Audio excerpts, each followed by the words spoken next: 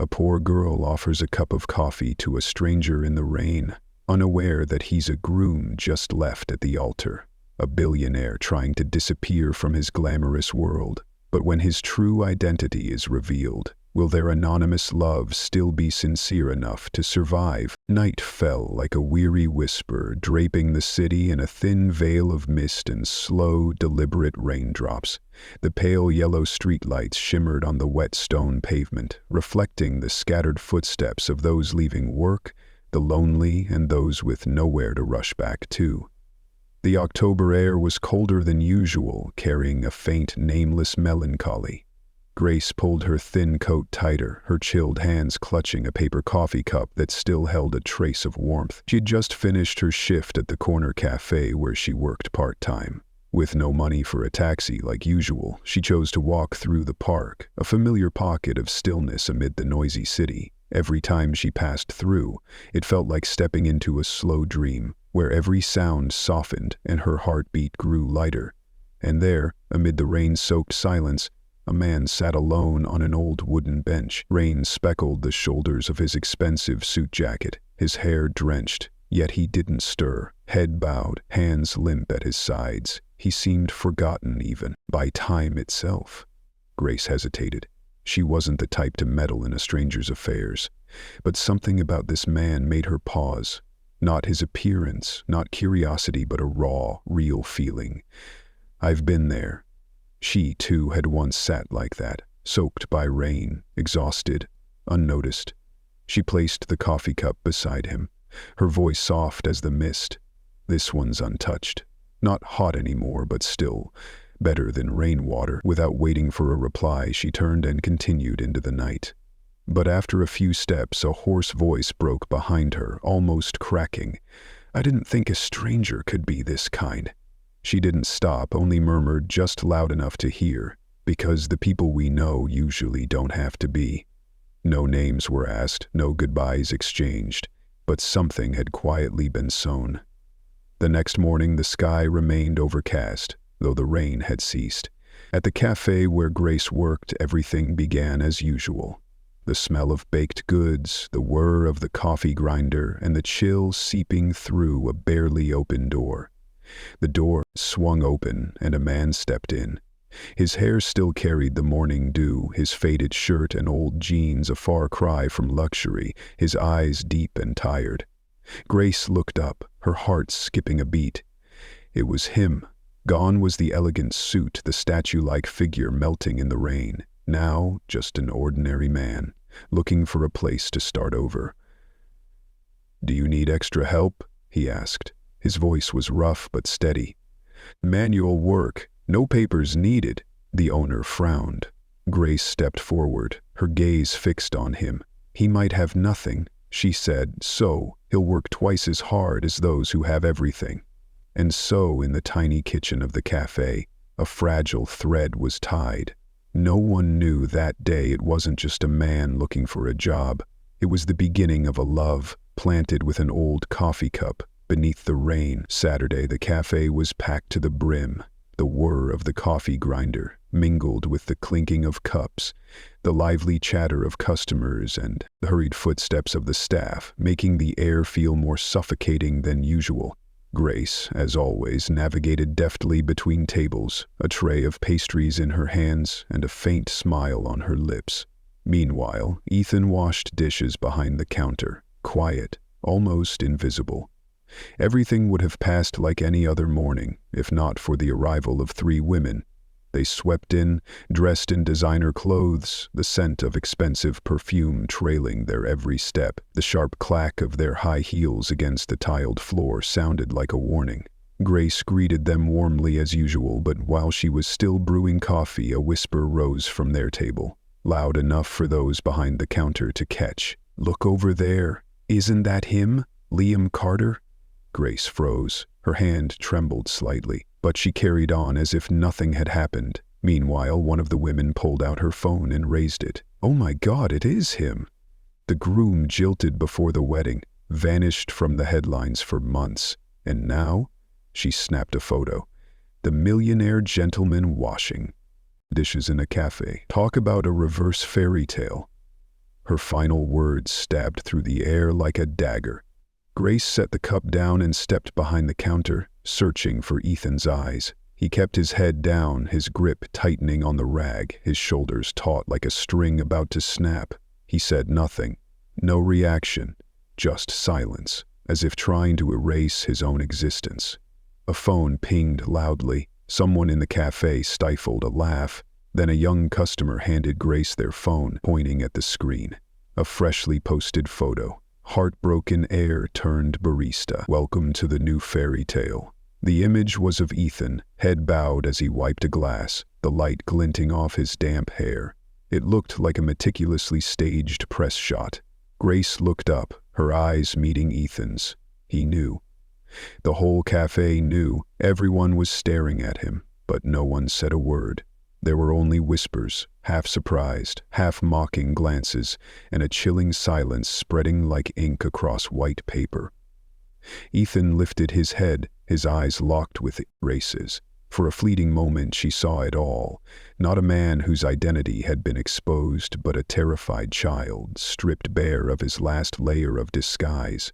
Grace said nothing, no reproach, no questions. She just turned away, resuming her work as if nothing had happened. But in her heart, something shattered. Not because he was Liam Carter, but because Ethan, the one who'd brewed her ginger tea when she was feverish, who'd quietly held an umbrella beside her through the night rain, had chosen to hide everything. And now it was all laid bare, not by him, but by strangers. And here she stood, silent under every gaze, like a piece of a secret she'd never been let in on. Night fell, and the cafe closed earlier than usual after a chaotic day. The golden lamp in the corner of the counter still glowed, casting warm light on an unwashed glass. No one spoke. No more laughter, no sound of the broom sweeping the floor. Only the slow ticking of the wall clock echoed through the prolonged silence, taut like a thread stretched to its limit. Grace stood in the small kitchen, folding an old apron, slowly, carefully, as if each crease could keep her heart from breaking apart. Ethan stepped in, the door closing behind him without a sound. He stopped a few paces behind her, close enough to sense each other's breathing, but too far to touch. "Grace," he said, his voice low, like a cold wind whistling through a crack. She didn't turn around, didn't reply, just kept folding the apron, her movements steady, mechanical, programmed. "I meant to tell you sooner, but—" he faltered, as if realizing his words were pointless. Grace cut him off, not with anger, but with a voice so even and quiet it felt icy. "You didn't trust that I could understand, so why explain now?" Ethan fell silent. He didn't deny it, nor did he step closer. "I get it if you needed to hide yourself," she continued, her hands gripping the fabric's edge until her knuckles turned white. "But I don't understand why you chose to hide from me." Her voice didn't rise, didn't crack. It slid through the air like a knife grazing skin, thin, cold, and lingering with pain. "Grace, I didn't think—" Ethan began again, but she turned to face him, her eyes locked onto his. "You're right. You didn't think I deserved to know the truth, didn't think I could be hurt." Ethan looked at her, a small girl, hair loosely tied back, eyes hollow, no tears, no blame, but that gaze made him feel as though he stood naked in a winter wind. "I'm not angry because you're Liam Carter," she said, her voice flat like a machine. "I'm hurt because Ethan, the one who made me tea in the middle of a rainy night, is the one who made me feel like the last to know." She set the apron down on the wooden table, light as if placing a farewell. "Grace, I don't want to lose you," he said quietly. She shook her head, not in rejection but in surrender. "You already have, not today, but the day you chose to hide from me, from the start." With that, she walked away, decisively, as if staying a second longer would unravel her. Ethan stood alone in the cold kitchen, still clutching the damp rag. He didn't follow, didn't beg. He only sighed, a sound shaped like a crack, small but irreparable. Where there once had been morning smiles and warm ginger tea, now there were only two shadows, one gone, one standing still as stone. Thursday afternoon in the small corner cafe suddenly fell into an eerie stillness. All sound seemed to retreat before the arrival of a woman stepping through the glass doorway. Samantha Lancaster, the name once a crown atop New York's elite, stood there, her pristine white trench coat tailored as if carved from Italian silk, lips painted a deep wine red, eyes sharp as platinum-edged blades. She didn't need to hold her head high. Her reputation did that for her. One hand rested casually on a Hermes bag. The other gripped the latest smartphone like a nonchalant accessory. This woman didn't merely enter the cafe, she claimed the space. Grace stood behind the counter, looking up from a just-finished cappuccino. She paused for a moment upon seeing the stranger, not because of her beauty, but because of the chill lurking beneath the polished exterior. "An espresso. No sugar, no ice, no mistakes," Samantha said, her voice even and firm like bohemian crystal. No smile accompanied it. Grace nodded faintly, her hands moving deftly, though her eyes never left the woman who settled into the leather chair by the window. When Ethan emerged from the storeroom, his gaze landed on Samantha. The entire cafe seemed to freeze mid-breath. "Samantha," he said, his voice slow and low as if summoning a ghost. She turned her head, platinum hair spilling carelessly over her shoulder like a thin sheet of ice. "William." She deliberately used his old name, with a slight inflection that slapped at the simplicity he now wore. "You really chosen this life?" Ethan didn't respond. Grace, behind the counter, tightened her grip on the rag, her eyes flicking toward them. Samantha propped an elbow on the table, leaning toward him, her voice dropping like a small blade brushing a wrist. "I hear you wash dishes now. Doing it well, too, I saw, online." "You came here for that?" Ethan asked, his gaze steady on her mocking stare. "No, I came to see who's interesting enough to make Liam Carter abandon his throne." Her tone was cold as marble. "And, to warn you?" Grace approached, setting the espresso cup on the table. She remained silent, as if she didn't exist in their exchange. But her presence was enough for Samantha to glance her way and offer a faint, deliberate smirk. An aristocratic smile with intent. "You're Grace, aren't you?" Samantha asked, not waiting for an answer. It makes sense. Men often crave simplicity after they've been broken. Grace straightened her posture. No reaction, no bow of the head. Samantha took a sip of the espresso, lowering the cup as if savoring a triumph. "But you know, simple things rarely survive in the real world." Ethan's fists clenched. "That's enough." Samantha rose, slinging her bag over her shoulder. "I've said it. This is a warning, not advice. Good luck to you both." And she left, the cafe like a late autumn gust, without looking back, without leaving a trace. Only a strong espresso remained. Alongside her haughty prophecy, people like Grace didn't belong in a world like Liam's. The late afternoon draped the cafe in a quiet golden light, as if everything were clinging to the last warmth of the day. The crowd had thinned. Grace was wiping down the final table near the window when the wind chime tinkled softly. She didn't need to turn around to know. That scent, sweet, expensive, and dangerous like a blood orchid, could only belong to one person. Samantha Lancaster stepped in as if she owned the place. Her black-green dress hugged her frame, heels clicking in a steady, chilling rhythm. She smiled, a smile soft as silk, but laced with silent venom. "Grace," she said, her voice light as if inviting someone to afternoon tea. "Can we talk for a few minutes?" Grace looked up, her eyes as calm as ever, though her spine instinctively stiffened. "I don't think we have anything to discuss." Samantha tilted her head as if she'd just heard a charming little joke.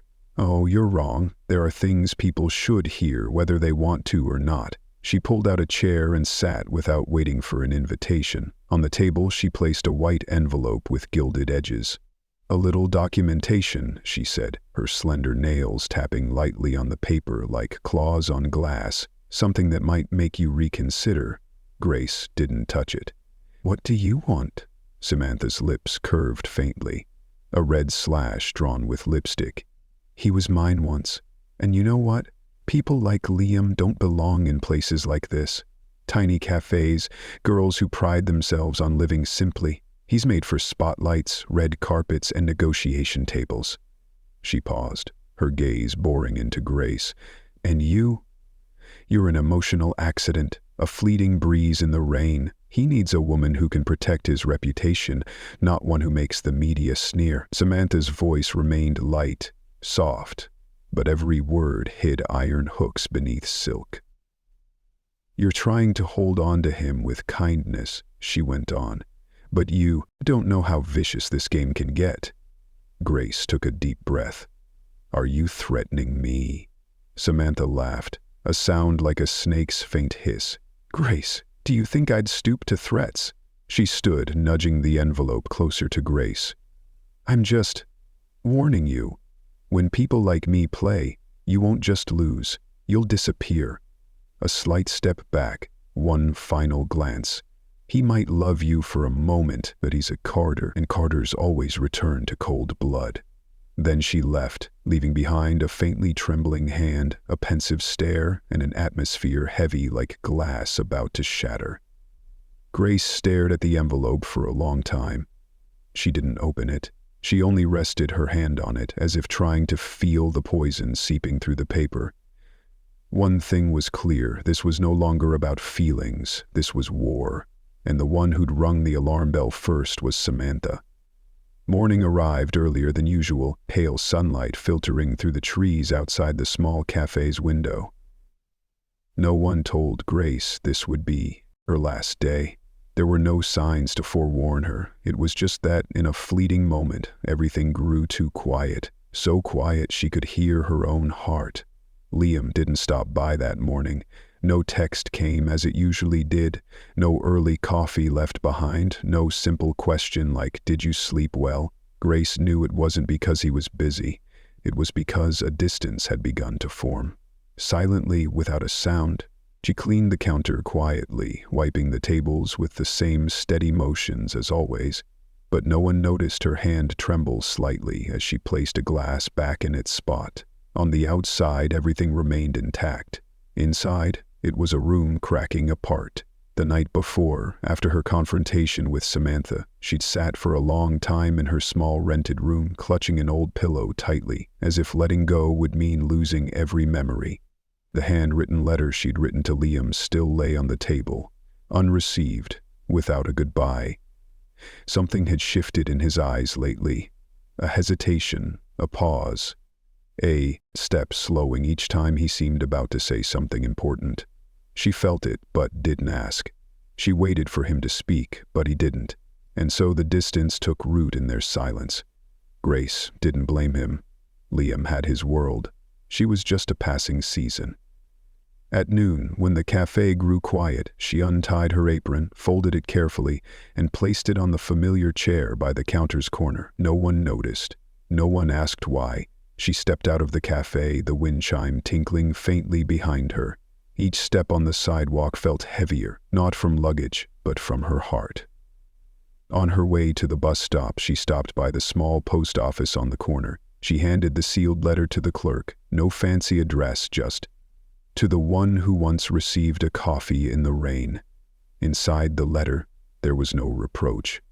Just a few brief lines. "I didn't come to change you, nor to force you to choose. I only wanted to bring a little warmth when you needed it. Now, perhaps you need peace more than a quiet love. So I'm stepping back, not because I've stopped caring, but because I know caring alone isn't enough." She didn't cry. She only closed her eyes for a long time on the bus ride to the coast, to a small town where no one knew her name, where there were no suspicious glances or the cold hands of gilded envelopes. Each time the sea breeze blew, she thought she heard an old whisper.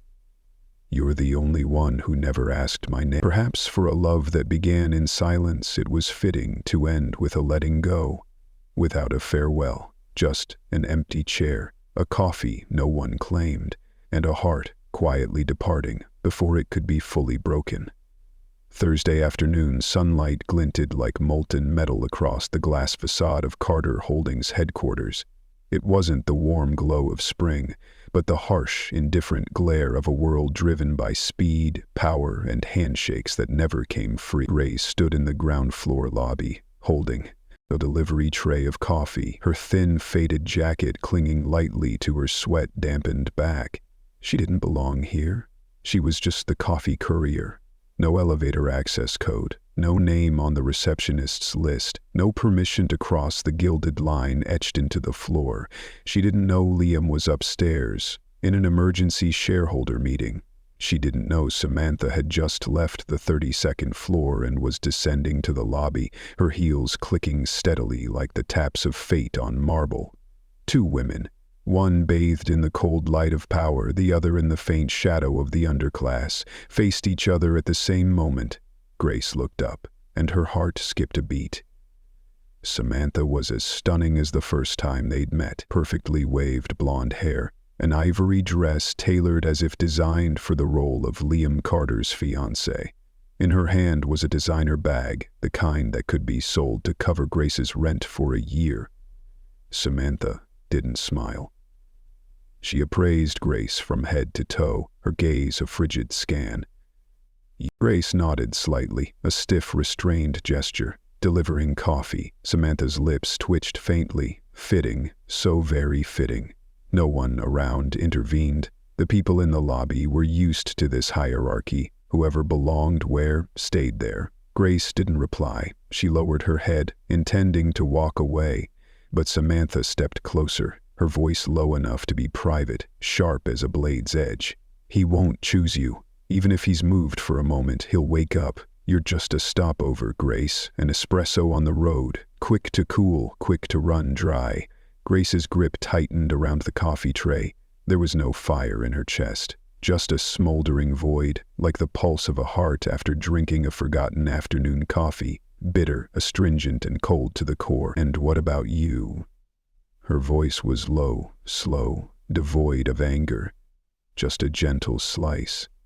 "What are you in his world? A martini on display at a party? Or a cocktail, sweet yet lethal?" Samantha froze for a fraction of a second. Then she laughed, a laugh that didn't break but melted like ice in a glass of liquor. "You think sharp words will hold on to him? Trust me, Grace.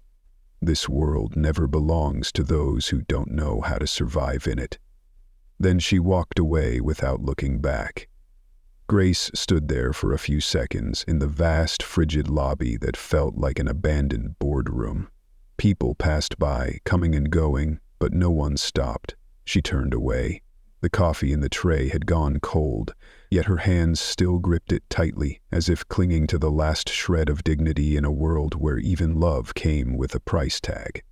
And high above, where light pierced through thick glass, no one knew that two worlds had just collided. They didn't shatter, but something in Grace's heart had cracked. The top-floor office of Carter Holdings glowed with light amid a gray afternoon. Floor-to-ceiling glass reflected the cold beams from virtual meeting screens. On the long-polished ebony table, contracts, financial statements, and partnership agreements were stacked high, precisely according to Samantha Lancaster's plan. She strode in, her steps resolute, a high-slit dress, gliding across the frigid stone floor.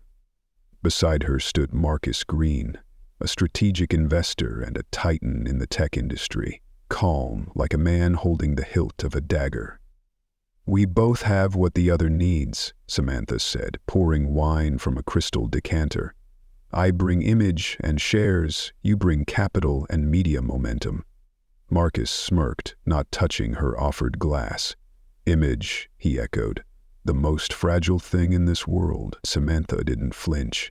She slid the contract toward him, a gold-plated fountain pen already uncapped. "We don't need to like each other, Marcus. We just need to win together." Marcus didn't smile. He opened the briefcase beside him and pulled out a thick file of his own. "Before I sign, I need you to confirm this." Samantha glanced at it. She was used to parsing deal terms, but the headline at the top made her pupils contract. request to freeze Lancaster Holdings accounts due to suspected money laundering and financial manipulation. Her face turned to ice. "What is this?" "The end," Marcus replied, cutting through any pretense. "Did you think you could play me like you did Liam? I admired you once, until I heard the recording of you threatening to destroy a girl just because she's genuinely loved." Samantha shot to her feet, her face drained of color. "You spied on me? You stepped into my world," Marcus said, his voice like a razor's edge.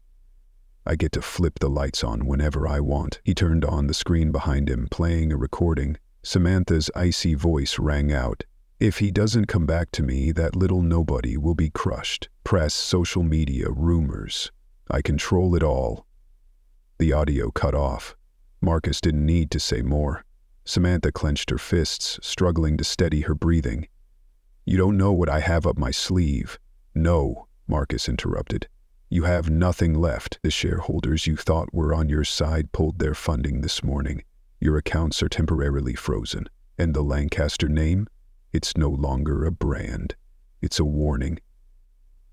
The wine glass in Samantha's hand slipped and shattered on the stone floor.